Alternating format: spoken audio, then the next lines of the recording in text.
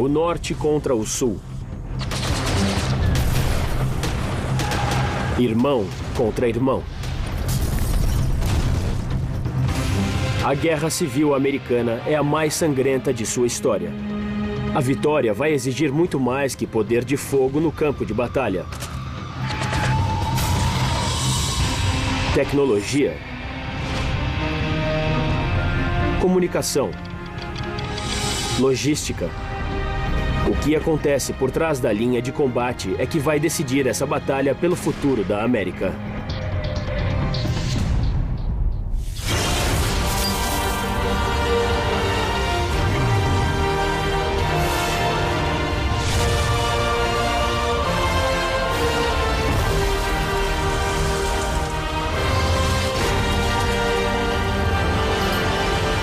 América, a saga dos Estados Unidos.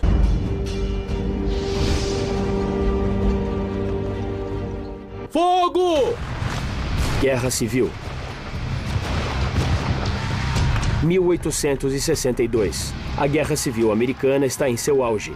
Norte e Sul estão em conflito pelo futuro da nação. Um novo tipo de bala trouxe essa guerra a um terrível beco sem saída, levando à morte a uma escala nunca antes vista em uma guerra.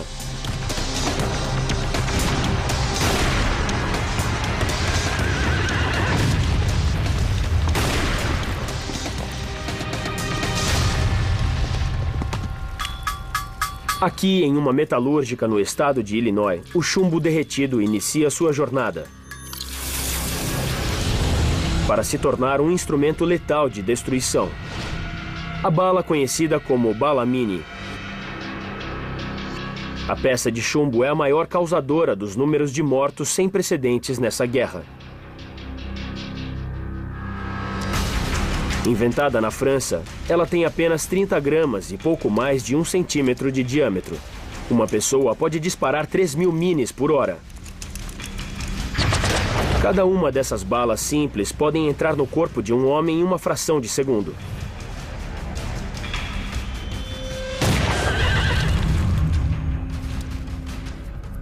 A bala mini é usada tanto pelo norte quanto pelo sul.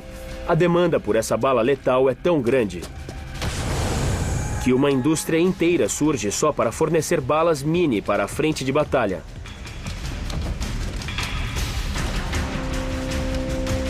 Ao todo, o norte tem mais de 1 bilhão de balas mini prontas para serem disparadas de 2 milhões de mosquetes fornecidos a seus homens. Sob vários aspectos, a Guerra Civil foi a primeira guerra moderna, porque foi a primeira guerra que aconteceu depois que a Revolução Industrial tinha começado a transformar o país. É preciso mais de 33 horas para que uma bala nessa caixa viaje 1.300 quilômetros até o campo de batalha, pronta para encontrar seu alvo.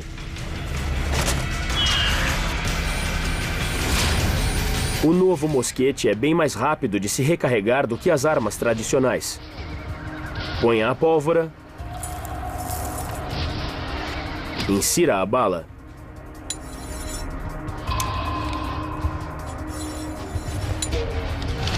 e está pronto para atirar.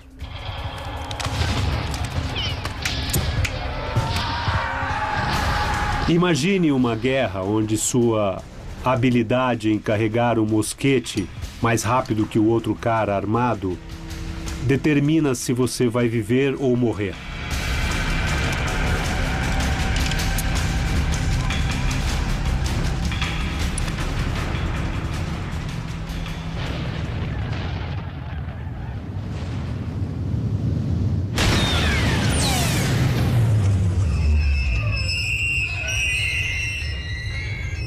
Ranhuras dentro do cano da arma giram a bala em direção ao seu alvo.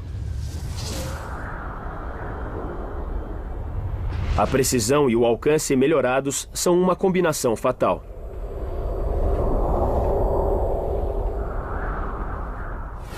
No segundo está tudo ótimo. No segundo seguinte, a cabeça do seu colega sumiu. Ou o braço dele saiu voando. Você nem queira saber o que uma bala de metal leve de um mosquete faz quando entra no corpo humano. Com o impacto, a bala achata. Ossos se partem e se estilhaçam, provocando maiores danos a músculos e tecidos. Na maioria das vezes, o resultado de um tiro direto é a morte.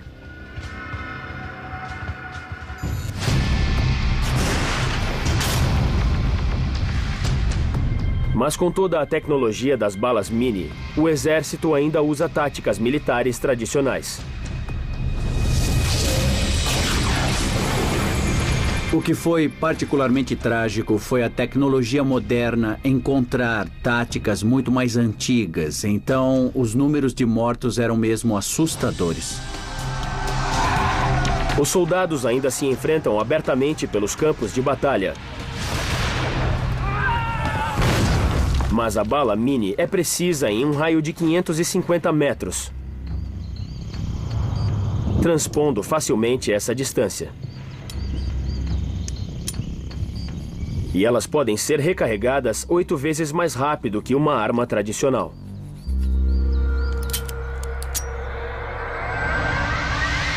Os efeitos são catastróficos.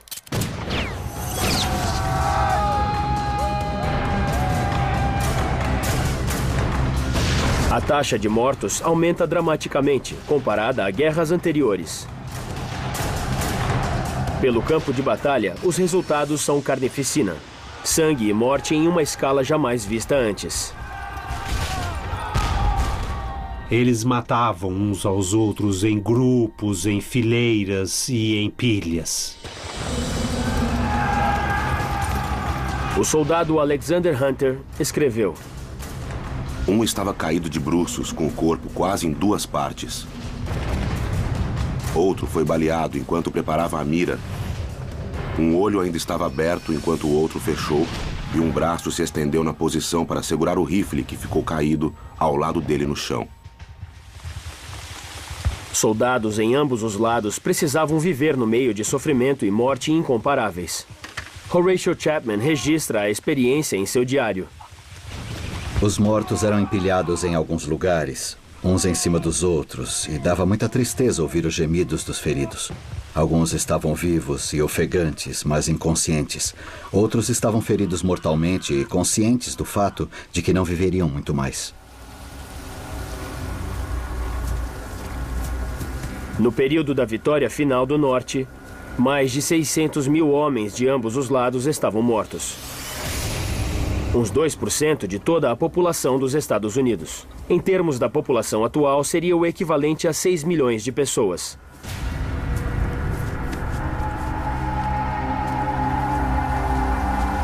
Quase metade dos mortos nunca foram identificados.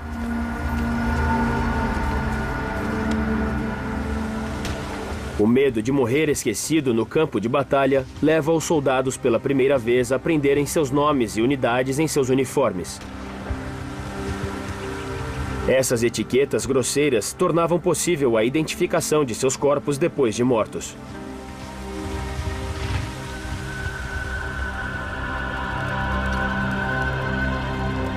Pela primeira vez, o serviço postal americano em expansão permitia que os soldados escrevessem dos fronts aos entes queridos.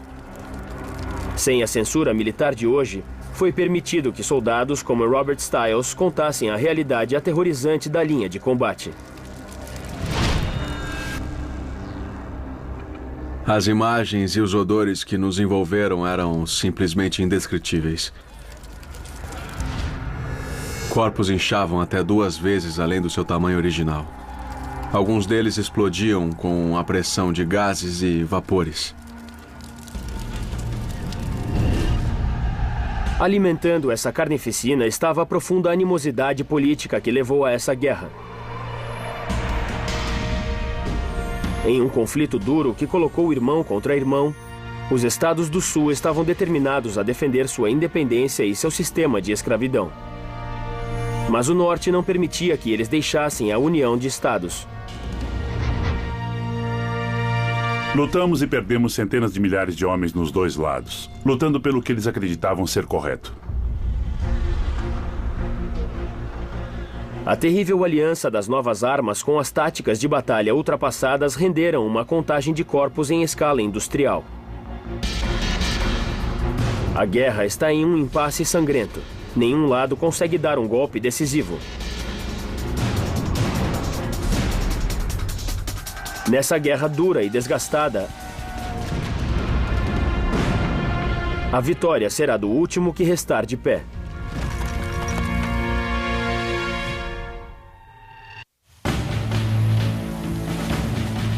Agosto de 1862. Mais de um ano de guerra.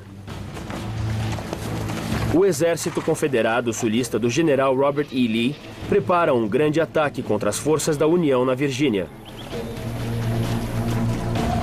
Extremamente motivados, esses homens lutam em casa e estão prontos a morrer pela independência do Sul, por suas tradições e seu modo de vida rural. Sua prosperidade é construída em torno de um único cultivo: o algodão. Conhecido como o ouro branco, o Sul produz 2/3 do fornecimento mundial de algodão. Ele traz extraordinária riqueza aos estados do Sul. Mas sua riqueza é construída às custas de escravos.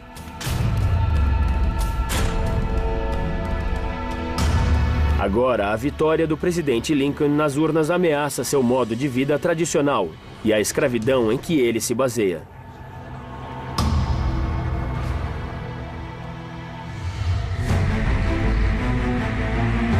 Ao invés de se submeter às regras do Norte, o Sul decide lutar. Ele quer uma nação separada. O general Robert E. Lee assume o comando do recém-formado Exército Confederado de North Virginia. Lee, um brilhante graduado na Academia de Elite de West Point, já é veterano da Guerra Mexicana e admirado por sua eficiência em campo de batalha. Lee podia intuir o campo de batalha de maneira parecida com Rommel na Segunda Guerra Mundial, o Patton. E assim ele quase previa em que lugar ele podia se arriscar e onde podia atacar. Manassas, Virgínia, 1862. Soldados confederados se unem diante da segunda batalha de Bull Run. As forças de Lee estão em menor número. Mas as terras da Virgínia são território que esses soldados voluntários conhecem como as palmas de suas mãos. Treinamento e disciplina rígidos os transformaram em uma força incrível.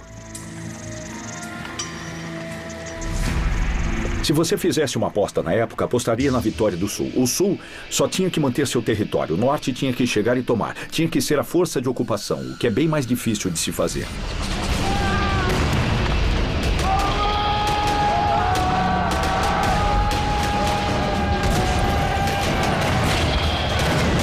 Na Bull Run, Lee facilmente demonstra a superioridade de suas forças.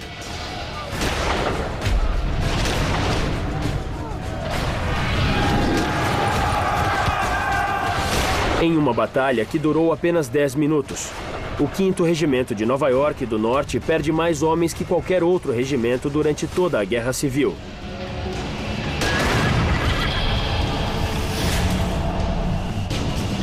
Ao todo, os homens de Lee mataram mais de 1.700 soldados da União. Em frente! Fogo! Determinação e conhecimento do local dão ao Sul sua maior vitória na guerra.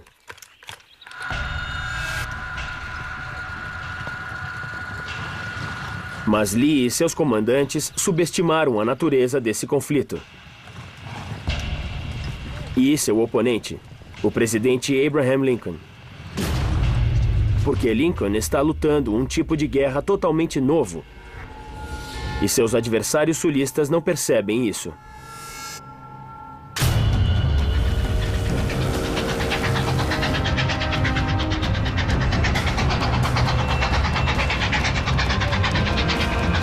Um trem de carga corre em direção ao sul, pronto para reabastecer o exército da União, com soldados e suprimentos novos.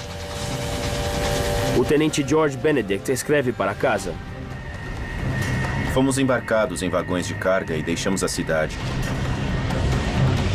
O trem levou 600 outros soldados, além do nosso regimento, e preencheu 34 vagões.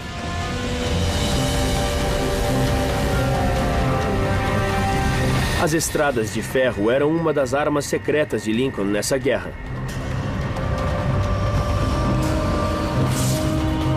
Em uma operação-chave ordenada diretamente pelo presidente,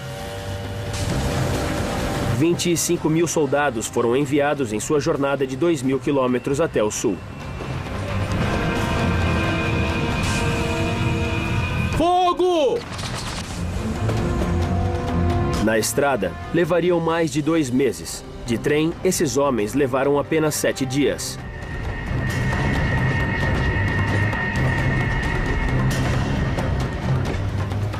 Depois de sua inauguração nos anos de 1830, a infraestrutura férrea americana gradualmente espalhou seus tentáculos pelo país.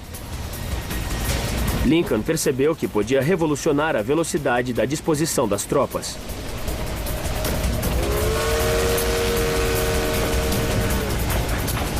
Ele firma um acordo com os donos da estrada de ferro para colocar a rede ferroviária do norte sob controle do governo. Com isso, as ferrovias se tornam uma arma de guerra. Ao invés de exércitos limitados à velocidade de sua marcha, de repente você passava a ter exércitos chegando ao fronte de trem e, o mais importante, suprimentos. Suprimentos e soldados saíam do norte em direção aos campos de batalha.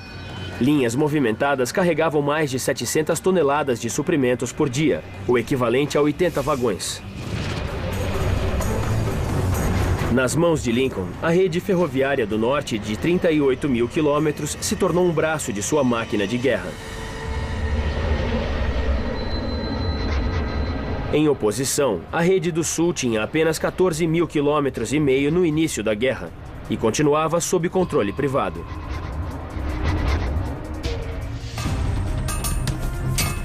Nos 4 anos em que a guerra durou, o norte acrescentou 6.000 quilômetros e meio de novos trilhos à sua rede, contra apenas 650 quilômetros do sul. Essa inabilidade em coordenar suprimentos por via férrea será desastrosa para o sul. No inverno de 1863, uma rede ferroviária pobre vai deixar os soldados sulistas passando fome, mesmo estando a apenas 50 quilômetros de sua capital em Richmond.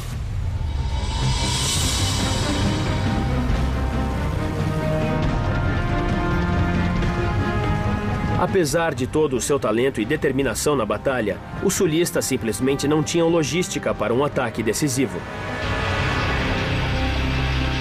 Lincoln não usa apenas ferrovias. Ele percebe que a vitória depende da mobilização de toda a potência industrial do norte no esforço de guerra.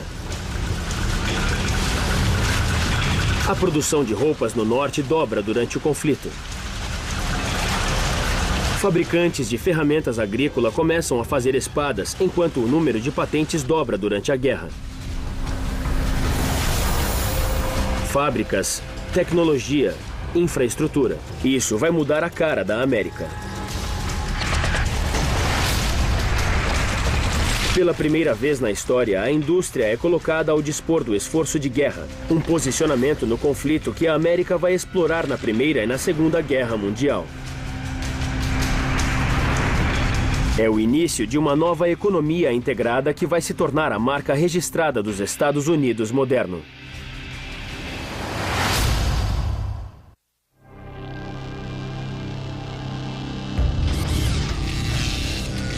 Em um prédio diante da Casa Branca, há uma pequena sala que se torna o centro nervoso do presidente Lincoln nessa guerra. E dentro dela, há um aparelho simples que vai transformar a maneira de se lutar e de se vencer essa guerra. O telégrafo.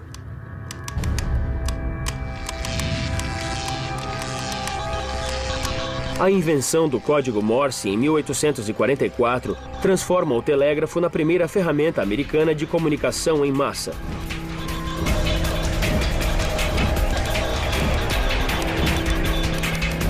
Rapidamente codificado, o sistema básico de pontos e traços é ideal para mensagens curtas. Como o Twitter hoje, ele é transmitido e transcrito em segundos apenas. Quando os mensageiros antes levavam dias montados em cavalos por centenas de quilômetros e passando por todo tipo de terreno. Agora, a rede de telégrafos do país, com 80 mil quilômetros, fazia uma comunicação quase instantânea. Quando postes telegráficos se estenderam pelas ferrovias, esse país imenso começou a encolher.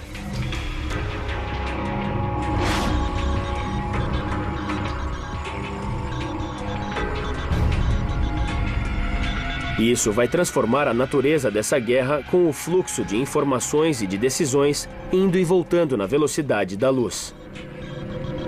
Ele se tornou uma versão antiga do e-mail.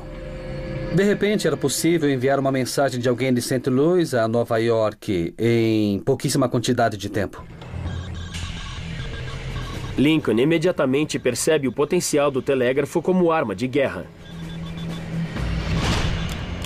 Ele insiste na instalação de linhas de telégrafo diretamente no Departamento de Guerra.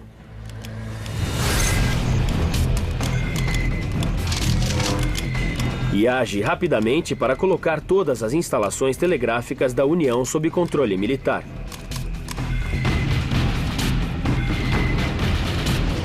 Os escritórios de telégrafo se tornam ponto central da operação de guerra de Lincoln, seu centro de controle e de comando.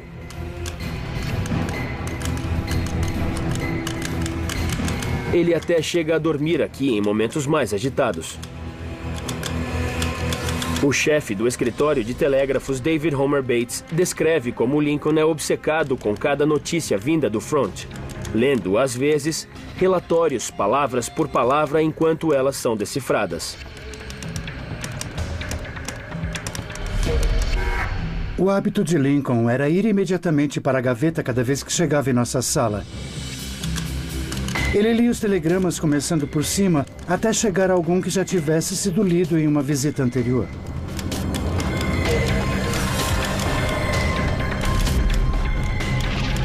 A rede de telégrafos do norte espalha seus tentáculos por toda parte, sugando informação para Lincoln e seus comandantes em Washington.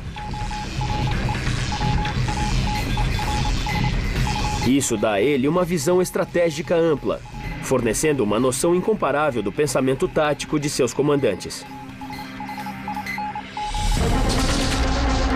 O próprio Lincoln pôde saber de mudanças literalmente hora a hora durante batalhas em separado. Isso nunca tinha acontecido antes.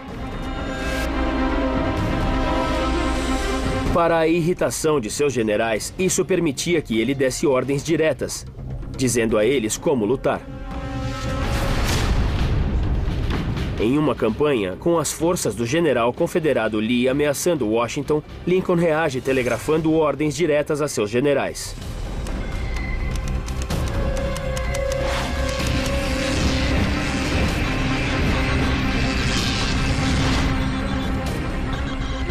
A posição exposta do general Banks torna sua substituição imediata de extrema importância.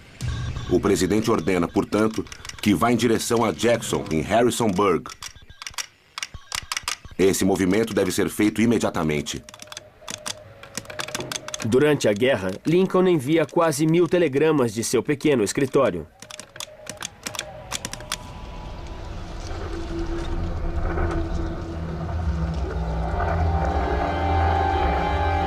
Mas o Sul nunca alcançou todo o potencial do telégrafo na criação de um sistema de comando centralizado.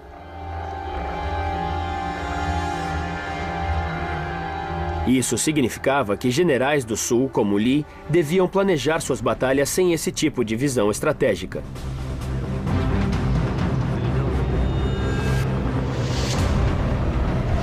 No decorrer da guerra, Lincoln bateu o martelo dessa máquina de guerra. Indústria, linhas de comunicação e suprimentos. Poder de fogo e homens são todos organizados para dar golpe atrás de golpe no exército confederado. Mas o Sul, apoiado na crença de justiça de sua causa, se recusa obstinadamente a ceder. Em consequência disso, o número de mortes continua aumentando. Em Antietam, em 1862, 6.000 morrem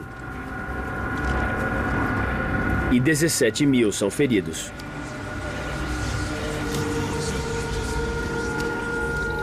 Mais de 3 vezes o número de mortes americanas nos ataques do dia D na Segunda Guerra Mundial. A carnificina vai desencadear uma revolução na medicina no campo de batalha.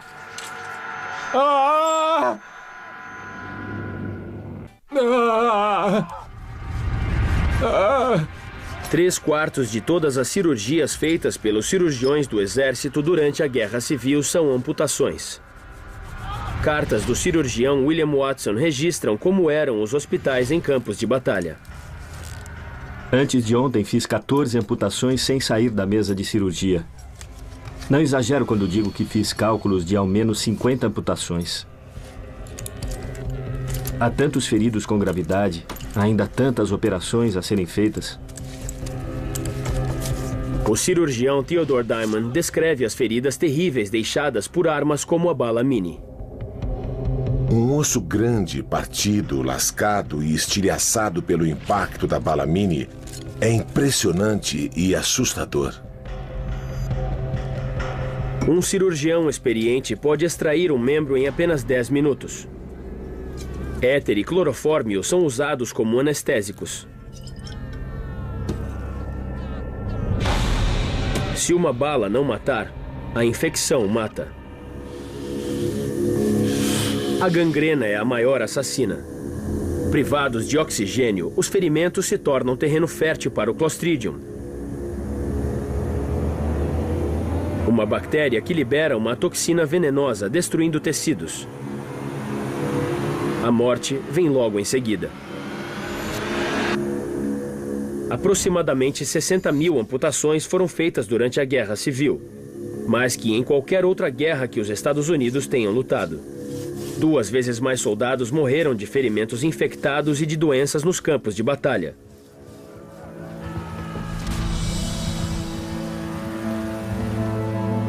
Essa carnificina sem precedentes força um repensar da medicina tradicional em um campo de batalha. A busca pelo bem-estar dos soldados se torna importante ao esforço de guerra, tanto quanto o suprimento de armas e munições. Grandes números de mulheres se inscreveram como enfermeiras. Uma delas é Clara Barton. Aqui, por favor, uma serra! Clara Barton não foi treinada e nem é paga. Quando ela começa, a maioria dos enfermeiros é homem. Essa é uma ocupação menor. Os remédios que ela propõe para o cuidado dos feridos são simples, mas revolucionários em seus efeitos. Eles querem comida, roupas, abrigo, remédios, um pouco de calma e pessoas práticas que os administrem. Ela insiste em que os feridos tenham um suprimento de bandagens limpas, primeiros socorros e uma triagem de feridos para colocar os casos mais graves em prioridade. A Guerra Civil inicia uma série de inovações que formam a base da medicina em campo de batalha até hoje. 20.000 mulheres se alistam como enfermeiras durante a guerra. Clara Barton acaba fundando a Cruz Vermelha Americana.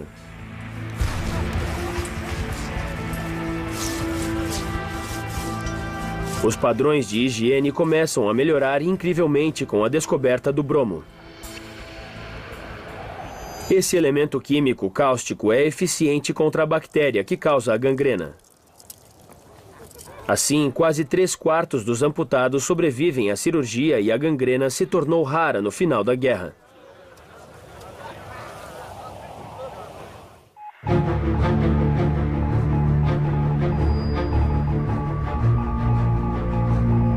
Com a Guerra Civil se arrastando sem um final em vista, Lincoln é cada vez mais forçado a lutar em um fronte bem diferente. A guerra pela opinião pública.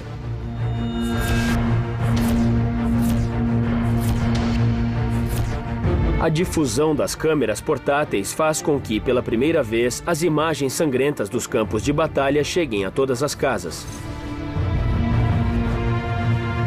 Apesar das câmeras simples não captarem cenas de ação dramáticas, elas são ideais para capturar o resultado medonho da batalha.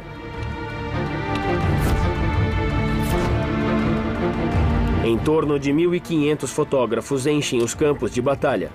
Suas imagens são vendidas ao público por apenas 25 centavos.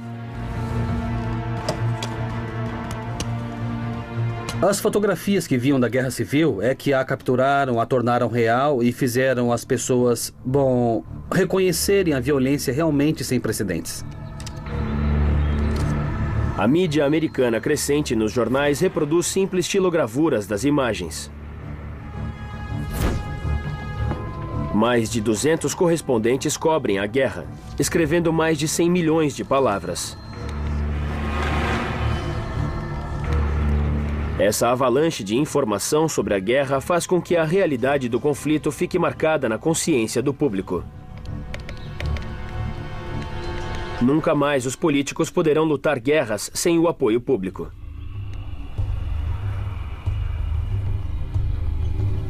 Na guerra, um soldado tem 5 vezes mais chances de morrer do que como civil. As famílias americanas costumavam chorar por seus mortos em casa. Agora, homens morriam em campos de batalha. Isso forçou uma mudança fundamental nos rituais em torno da morte. Ned Boltage morre em campo de batalha na Virgínia. Mesmo assim, sua família em Boston ainda pode se despedir do filho morto a 800 quilômetros de lá.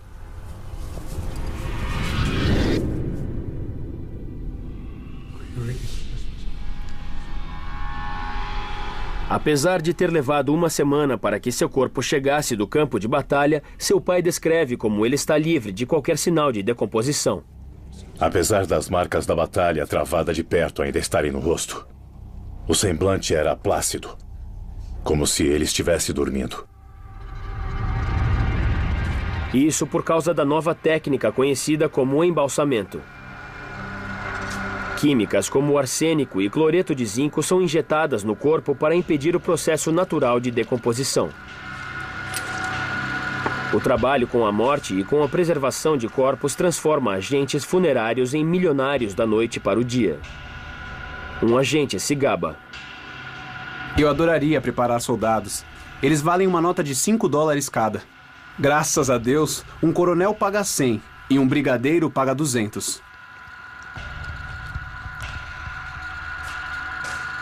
Se você tem dinheiro, há várias técnicas novas disponíveis. Caixões herméticos e embalsamentos são os mais populares. E para os mais ricos, há até elaborados caixões refrigerados carregados de gelo.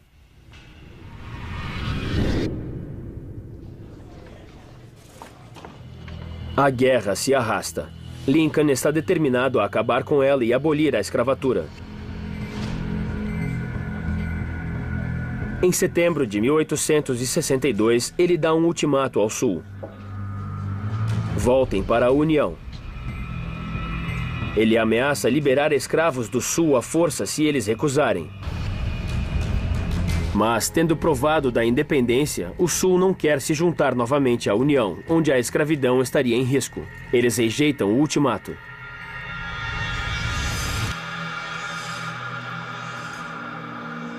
Lincoln não quer mais negociar. Se o Sul não liberta seus escravos, ele mesmo o fará. Para os brancos sulistas, era uma confirmação do que eles pensavam de Lincoln, que ele queria mesmo destruir o que eles consideravam ser um modo de vida sulista. No norte, de certo modo, isso deu às pessoas um entendimento diferente do que era a guerra. Em 1º de janeiro de 1863, Lincoln proclama a abolição da escravatura nos estados rebeldes do Sul. Graças ao telégrafo, a notícia rapidamente se espalha. No primeiro dia de janeiro do ano de Nosso Senhor, de 1863... Lincoln chegou ao ponto de dizer não só que os negros não deviam ser escravos, mas que deviam ser tratados como cidadãos iguais, com total emancipação, direito a voto e direito de participação. Todas as pessoas feitas escravas devem ser, a partir de então, e para sempre livres.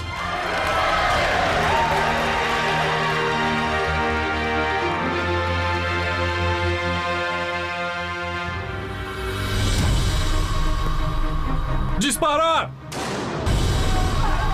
Logo depois da emancipação dos escravos pelo presidente Lincoln, soldados negros americanos correram para se alistar na União. Em frente! Quase 200 mil se alistam até o fim da guerra. O general James Blunt descreve sua habilidade como guerreiros. Eu nunca vi uma luta como a travada pelo regimento negro. Eles são melhores soldados que quaisquer outros que já tive sob meu comando em todos os aspectos. A proclamação extinguindo a escravidão muda a dinâmica da guerra. Vai! O exército da União se torna uma força pela libertação, agora lutando para acabar com a escravidão. Eles entenderam que salvar a União daria a eles um sentido de liberdade, um sentido de dignidade. Era dignidade porque eu sou um soldado, não sou um escravo. Sou um soldado, tenho um uniforme, tenho divisas. Eu sou alguém. Depois da proclamação, Lincoln dá seu golpe de mestre. Seu discurso em 1863 em Gettysburg, dedicando o primeiro cemitério nacional dos Estados Unidos aos soldados, é um dos discursos políticos mais famosos da história. Com muito sofrimento, nossos pais deram início a essa nação. Concebida em liberdade e dedicada ao princípio de que todos os homens são criados iguais. 143 corpos desconhecidos. Nós aqui decidimos que essas pessoas não morreram em vão, que esta nação deve renascer em liberdade e que o governo do povo, pelo povo e para o povo não pode nem deve perecer.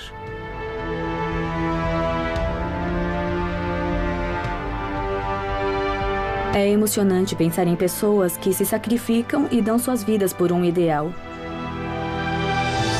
E ele mostra Lincoln no seu melhor. O gênio, a simplicidade que transmite muita coisa.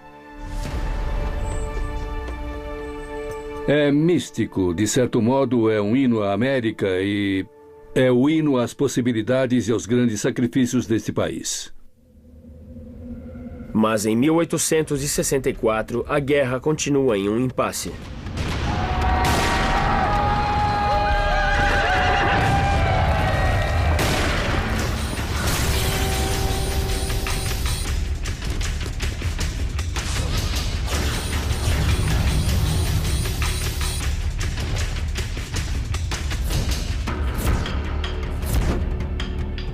Com uma eleição se aproximando e um futuro desafio daqueles que querem negociar a paz com o Sul, Lincoln sabe que precisa de um golpe decisivo.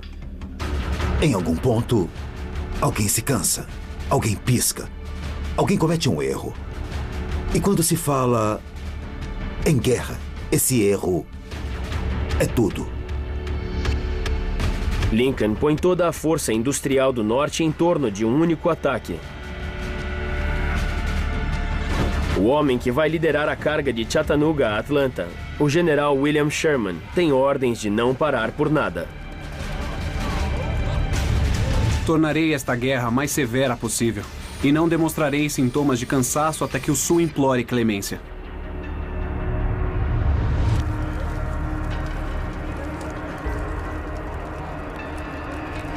Avançando na calada da noite, a marcha do general Sherman é apoiada por uma das maiores operações logísticas já vistas nesse conflito.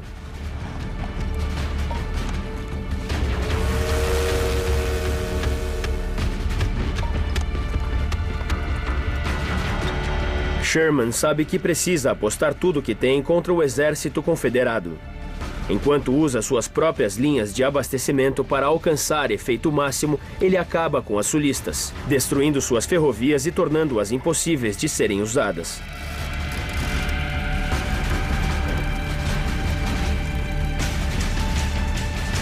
Em um dia, as linhas de abastecimento do norte fornecem 200 mil balas.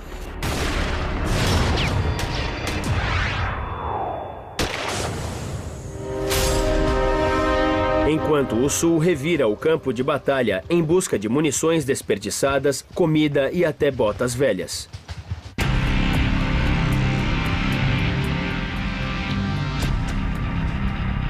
Sherman a chama de Guerra Total, uma destruição de terras que se torna a marca registrada da guerra moderna. Finalmente, com a tomada de Atlanta, as forças confederadas põem fogo em seus próprios depósitos de munições.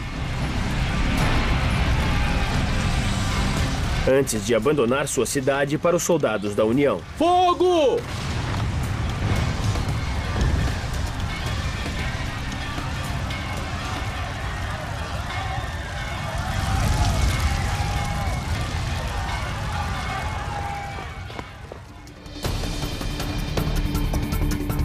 As táticas de Sherman da Guerra Total venceram. Sua vitória ajuda a garantir a eleição de Lincoln no outono. Com Atlanta em ruínas, ele continua, agora desferindo seu ataque final, a famosa Marcha para o Mar. Em um equivalente no século XIX ao choque e pavor, 62 mil soldados da União promoveram uma destruição de 100 quilômetros de extensão pela Geórgia. De Atlanta à costa de Savannah. Linhas de abastecimento são cortadas, aldeias são saqueadas e colheitas incendiadas. Tudo de valor militar é destruído.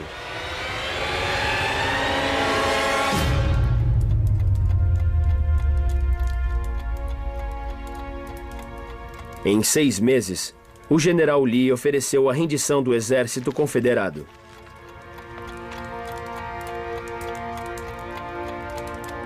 A rebelião acabou. O Sul terá que se submeter à União e dar fim à escravidão. Com a vitória, o Norte validou a liberdade e validou o modelo industrial. Então você tem uma confiança americana, um sentido americano de realização e uma disposição americana de partir pelo mundo. Para o comprometimento da Confederação, sua infraestrutura logística inferior não foi páreo para a máquina de guerra invencível do Norte.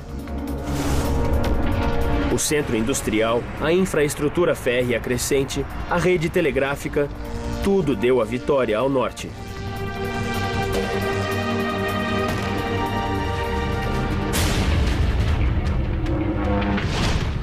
Em uma semana, Lincoln morreria assassinado por uma bala. Mas o país tinha saído da obscuridade. A nação americana está mais uma vez unida. E dessa união, agora nasce uma economia moderna industrializada, que vai se espalhar por todos os Estados Unidos.